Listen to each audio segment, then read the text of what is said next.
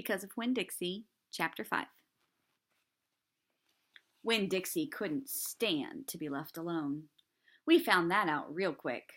If me and the preacher went off and left him by himself in the trailer, he pulled all the cushions off the couch and all the toilet paper off the roll, so we started tying him up outside with a rope when we left. That didn't work either. Winn-Dixie howled until Samuel, Mrs. Detweiler's dog, started howling too. It was exactly the kind of noise that people in an all-adult trailer park do not like to hear. He just doesn't want to be left alone, I told the preacher. That's all. Let's take him with us. I could understand the way Winn-Dixie felt. Getting left behind probably made his heart feel empty. After a while, the preacher gave in, and everywhere we went, we took Winn-Dixie, even to church. The Open Arms Baptist Church of Naomi isn't a regular-looking church. The building used to be a Pick-It-Quick store, and when you walk in the front door, the first thing you see is the Pick-It-Quick motto. It's written on the floor in little tiny red tiles that make great big letters that say, pick, pick, pick, quick, quick, quick. The preacher tried painting over those tiles, but the letters won't stay covered up, and so the preacher has just given up and let it be. The other thing about the Open Arms that is different from other churches is that there aren't any pews. People bring in their old fold-up chairs and lawn chairs, and so sometimes it looks more like the congregation is watching a parade or sitting at a barbecue instead of being at church. It's kind of a strange church, and I thought Winn-Dixie would fit right in. But the first time we brought Winn-Dixie to the Open Arms, the preacher tied him up outside the front door. Why did we bring him all the way here just to tie him up? I asked the preacher. Because dogs don't belong in church, Opal, the preacher said. That's why. He tied Winn-Dixie up to a tree and said how there was lots of shade for him and that it ought to work out real good. Well, it didn't. The service started and there was some singing and some sharing and some praying, and then the preacher started preaching, and he wasn't about 2 or 3 words into his sermon when there was a terrible howl coming from outside. The preacher tried to ignore it. Today, he said. "Ow!" said Winn-Dixie. "Please," said the preacher. "Ow!" said Winn-Dixie.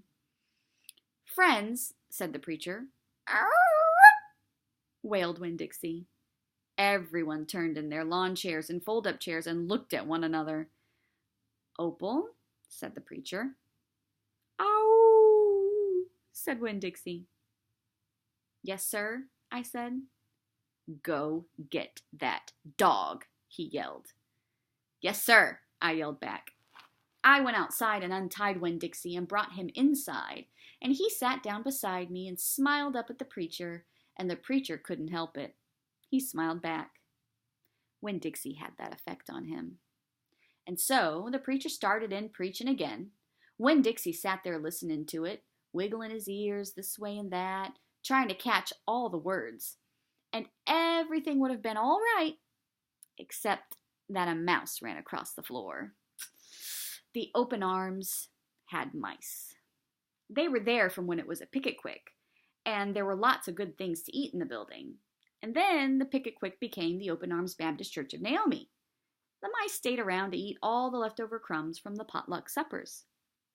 The preacher kept on saying he was going to have to do something about them, but he never did. Because the truth is, he couldn't stand the thought of hurting anything, even a mouse.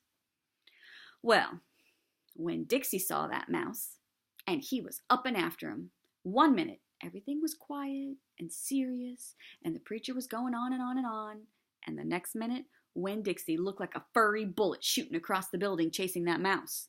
He was barking, and his feet were skidding all over the polished Pick-It-Quick floor, and people were clapping and hollering and pointing.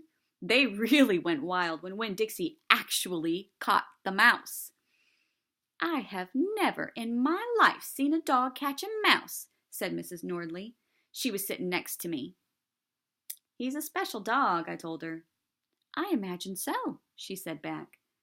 Winn-Dixie stood up there in the front of the whole church, wagging his tail and holding the mouse real careful in his mouth, holding on to him tight, but not squishing him. I believe that mutt has got some retriever in him, said somebody behind me. That's a hunting dog. Winn-Dixie took the mouse over to the preacher and dropped it at his feet. And when the mouse tried to get away, Winn-Dixie put his paw right on the mouse's tail. Then he smiled up at the preacher. He showed him all his teeth. The preacher looked down at the mouse. He looked at Winn-Dixie. He looked at me. He rubbed his nose. It got real quiet in the picket quick. Let us pray, said the preacher finally, for this mouse. And everybody started laughing and clapping. The preacher picked up the mouse by the tail and walked and threw it out the front door of the picket quick, and everybody applauded again. Then he came back and we all prayed together. I prayed for my mama. I told God how much she would have enjoyed hearing the story of Winn-Dixie catching that mouse. It would have made her laugh. I asked God if maybe I could be the one to tell her that story someday. And then I talked to God about how I was lonely in Naomi because I didn't know that many kids, only the ones from the church. And there weren't that many kids at the Open Arms, just Dunlap and Stevie Dewberry, two brothers who weren't twins, but they looked like they were. And Amanda Wilkinson, whose face was always pinched up like she was smelling something bad. And Sweetie Pie Thomas, who was only 5 years old and still mostly a baby. And none of them wanted to be my friend anyway, because they probably thought I'd tell on them to the preacher for every little thing they did wrong. And then they would get in trouble with God and their parents. So I told God that I was lonely, even having Winn-Dixie. And finally, I prayed for the mouse, like the preacher suggested. I prayed that he didn't get hurt when he went flying out the door of the Open Arms Baptist Church in Naomi. I prayed that he landed on a nice, soft patch of grass.